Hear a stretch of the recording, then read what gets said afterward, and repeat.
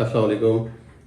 सबसे पहले Chinese futures की बात कर लेते हैं जो कि मोस्टली स्टेबल ही नज़र आए लास्ट वीक के अंदर। जो चेंजेस आए हैं वहाँ पर वो मैं आपको शेयर कर लेता हूँ। डी बार्स के जो फ्यूचर्स हैं वो तकरीबन 0.78% डाउनवर्ड से, जबकि H R coil properly stable था वीक ऑन वीक, जबकि कोक 2.75% नीचे आया और आयरन और भी तकरीबन 1.5% के आसपास नीचे आया है कुछ।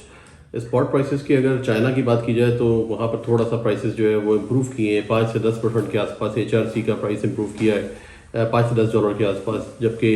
हॉट डिप गैल्वनाइज और उसके अलावा सी आर सी के अंदर भी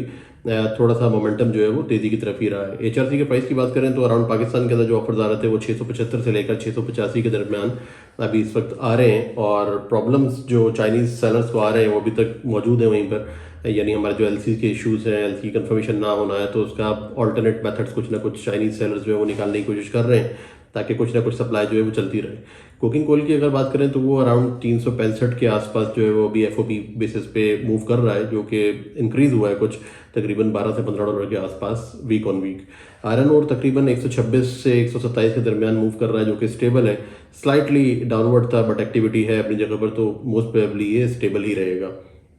चाइनीज ट्रेडर्स काफ़ी ज़्यादा एक्टिव नजर आए पिछले हफ्ते के अंदर। मेनली जो ट्रेड होता रहा वो कॉइल्स तो खैर ट्रेड हो ही रहे थे, अब बिलेट्स के ऊपर बहुत ज़्यादा जोर रहा है। बिलेट्स की काफ़ी ज़्यादा मूवमेंट्स हुई है, बहुत सारी डील्स हुई हैं, किसी में चाइनीज़ ट्रेडर्स इन्वॉल्व थे, किसी में बाकी ट्रेडर्स थे, इंडिया एक्सपोर्ट कर रहा था, एज वेल एज चाइना भी एक्टिव था काफ़ी ज़्यादा बिलेट्स की ट्रेड के अंदर।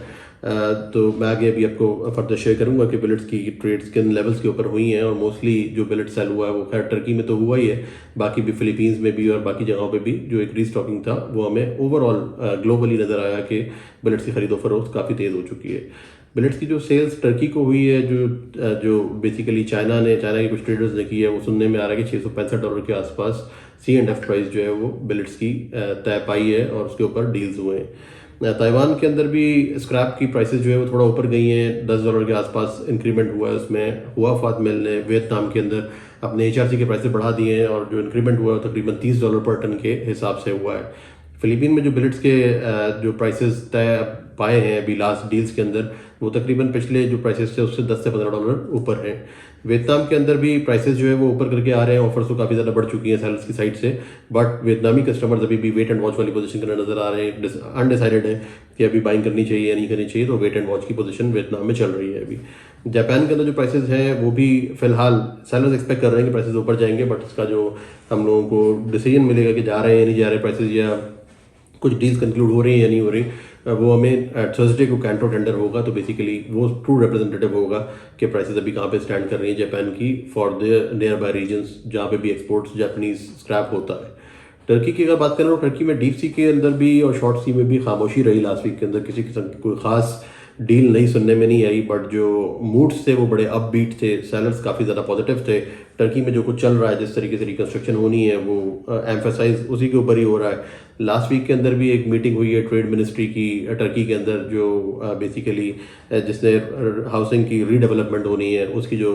लिए जो कमेटी बनाई गई है, उनकी कुछ मीटिंग्स हुई हैं, जिसके अंदर स्टील रीबार मैन्युफैक्चरर्स जो हैं उन्होंने इस चीज़ को बावर कराया कि हम लोग अपने मार्जिन के ऊपर ब्लैकमेल नहीं करेंगे, हम लोग अपने मार्जिन नहीं बढ़ाएंगे उसके अंदर, बट जो स्क्रैप के अंदर जो इंक्रीमेंट आ रहा है अभी कॉस्ट का उसको बेसिकली सिर्फ पास ऑन किया जाएगा, और एक बड़ी स्टेबल लेवल के ऊपर हम लोग अपनी मार्केट को रखेंगे और ये इंश्योर करेंगे कि सप्लाई जो भी गवर्नमेंट को चाहिए रिकंस्ट्रक्शन के लिए, हाउसिंग के लिए, बिल्डिंग्स के लिए, तो वो हम फराम करते रहें और एक मुनासिब प्राइस के साथ फराम करते रहें, जो कि बड़ी एक पॉजिटिव बात है वहाँ के लिए, और उसी से रेलेवेंट जो है पॉजिटिविटी बढ़ती चली जा रही है। ट्रेड और जो वॉल्यूम्स होंगे वो बेसिकली अच्छे रहेंगे।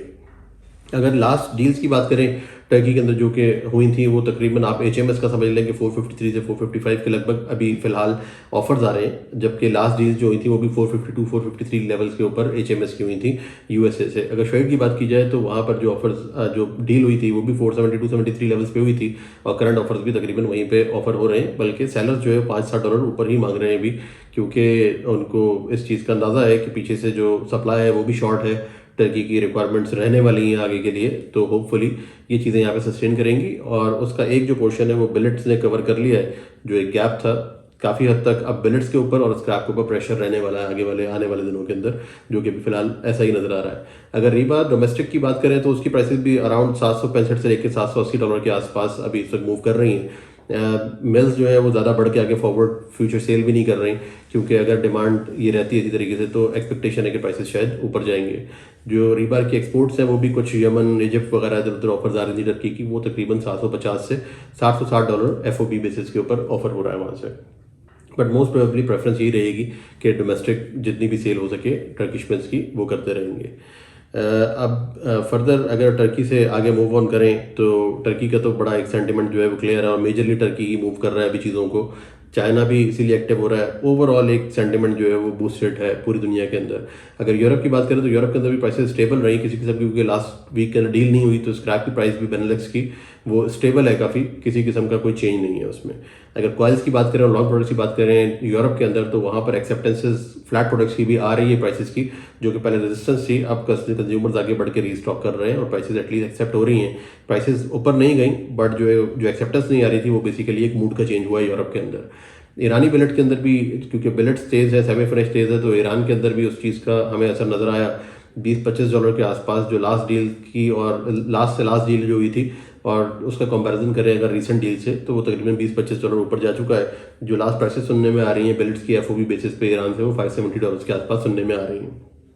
रशिया से भी जो बिलेट्स की ऑफर्स हैं वो काफ़ी स्टेबल हैं और प्राइसेस अपबीट हैं, और रशिया भी अभी उसके अंदर ही शामिल हो रहा है कि प्राइसेस जिस जिस तरह से माल बिकते चले जा रहे हैं वो भी अपने बिलेट्स के प्राइसेस अभी इस वक्त ऑफर्स प्राइसेस बढ़ाते चले जा रहे हैं। USA के अंदर मार्केट काफ़ी ज़्यादा स्टेबल नज़र आ रही है। डोमेस्टिक मिल्स को काफ़ी ज़्यादा माल चाहिए। मार्च के प्राइसेस अभी तक सेट नहीं हुए, ऑफिशियल प्राइसेस सामने नहीं आए हैं, बट मोस्ट प्रोबेबली यही सुनने में आ रहा है और देखने में आ रहा है कि $30 के लगभग तो ऑब्सलीट ग्रेड्स के ऊपर मिल्स पे करने को ऑन टॉप तैयार हैं अभी लास्ट मंथ के प्राइसेस से, और हो सकता है कि ये 30 की जगह $40 इम्प्रूव्ड उसके ऊपर सेटल हो prices between sellers and buyers. Sellers भी काफ़ी कंफर्टेबल नज़र आ रहे हैं क्योंकि पीछे से इतना ज़्यादा प्रेशर नहीं है, इतने स्टॉक्स नहीं है, तो उनको भी अभी स्लो मूव करना होगा और आगे जिस जिस तरह से मार्केट मूव करती है, क्योंकि US के ऊपर काफ़ी ज़्यादा प्रेशर आया टर्किश बाइंग का, और बाकी अब जो रेलेवेंट चाइना से रेलेवेंट जो बाइंग्स आ रही हैं ताइवान से और डिफरेंट रीजन से, तो उसको उनको कोप अप करना होगा। अभी तक पिछले फरवरी के ऑर्डर्स ही वो डिलीवर कर रहे हैं, मार्च के बारे में भी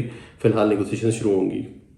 HRC की प्राइसेस US के अंदर काफ़ी ज़्यादा स्टेबल है और सुनने में आ रहा है कि शायद प्राइसेस अभी फर्दर बढ़ेंगे, जिसकी वजह से और स्क्रैप के ऊपर प्रेशर आएगा, पे कारण के ऊपर प्रेशर आएगा और होपफुली वो भी सपोर्ट करेगा स्क्रैप की प्राइसेस को बढ़ाने के लिए। बांग्लादेश के अंदर डील्स कुछ सुनने में आई लास्ट वीक के अंदर, कुछ बल्क डील्स हुई हैं। जो HMS की प्राइस थी उसके अंदर वो 488 के आसपास तय पाई है, जबकि अगर बोनस ग्रेड की बात करें तो वो 498 के आसपास प्राइसेस फिक्स हुई हैं। 2-3 डील्स सुनने में आई लास्ट वीक के अंदर और होपफुली अभी बांग्लादेशी कस्टमर्स काफ़ी एक्टिव नज़र आ रहे हैं। इवन हांगकॉन्ग और सिंगापुर और उस रीजन से भी बांग्लादेश से ही इंक्वायरीज जा रही हैं और न्यू डील्स भी अच्छे प्राइसेस के ऊपर कंक्लूड हुई हैं। बांग्लादेश अभी टफ कंपटीशन दे रहा है बाकी के बल्क कस्टमर्स को, खासतौर से इंडिया को। इंडियन कस्टमर्स भी बाइंग करना चाहते हैं, रीस्टॉक करना चाहते हैं, बट प्राइसेस इतनी ऊपर चली गई हैं कि इंडियन कस्टमर्स को किसी किस्म का कोई डील कंक्लूड नहीं हुआ मार्केट के अंदर। इंडिया को नॉर्मली हमने देखा है कि वो बल्क बाइंग में जब भी आते हैं, जब टर्की और बांग्लादेश और बाकी की कंट्रीज जो हैं जो कम्पीट कर रहे होते हैं इनसे, वो थोड़ा सा आउट हो तो फिर इंडिया अच्छे प्राइसेस के ऊपर ही स्क्रैप की बाइंग करता है। तो इंडिया को अपीरेंटली कोई मौका लास्ट वीक के अंदर नहीं मिला।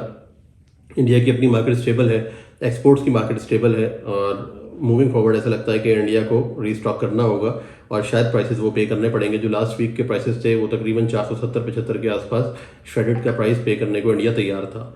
अब मूविंग फॉरवर्ड टुवर्ड्स पाकिस्तान के अंदर सिचुएशन ये है कि 485 के लगभग ऑफर्स आ रहे हैं स्क्रैप के, श्रेडेड के, और कुछ डील्स भी कंक्लूड हुए हैं। जो LCs खुल पा रही हैं कुछ ना कुछ, उन कस्टमर्स ने भी 485 लेवल्स के ऊपर कुछ बाइंग की है लास्ट वीक में। अगर HMS की बात करें तो HMS की ऑफर भी अराउंड 470-75 के आसपास पाकिस्तान में मूव हो रही है। वॉल्यूम्स वो नहीं है, वॉल्यूम्स बहुत कम है, but at the end Pakistan को कुछ हायर प्राइसेस पे करने पड़ रहे हैं due to our current financial situation, जो कि होपफुली इंशाल्लाह विद टाइम जब इंप्रूव होगा तो ये मार्जिन जो हैं वो स्क्वीज होंगे और एक रियलिस्टिक प्राइस के ऊपर हम लोग कुछ ना कुछ बाइंग कर सकेंगे। जो सबसे बड़ी खबर थी पाकिस्तान के लिए वो इंटरेस्ट रेट का हाइक थी लास्ट वीक के अंदर। 3% इंटरेस्ट जो है वो हाइक राइज कर चुका है। अभी जो स्टेट बैंक ने 3% बढ़ाया है, वो अब तकरीबन 20% के आसपास हमारा इंटरेस्ट रेट खड़ा है इस वक्त। और लास्ट वीक के अंदर पाक रुपये भी अचानक दोबारा से फिर डेप्रिशिएट हुआ, 7-8% की डेप्रिसिएशन हुई, फिर उसके ऊपर जो है वो रिकवर किया थोड़ा सा, बट ओवरऑल मूड्स काफ़ी ज़्यादा डिस्टर्ब कर दिए इस डेप्रिसिएशन ने। सब कस्टमर जो है वो परेशान थे क्योंकि यूजर्स की LCs काफ़ी स्टैब्लिश हो रही हैं अभी पाकिस्तान से, तो आगे का फ्यूचर के बारे में सोच रहे हैं तो काफ़ी ज़्यादा नर्वसनेस जो है वो क्रिएट हुई है। अब इस हफ्ते में देखते हैं कि कहाँ पर प्राइसेस मूव करती है और किस तरीके से अभी आगे कारोबार चलेगा। मैं इंशाल्लाह आपको अपडेट करता रहूँगा इससे। Thank you very much.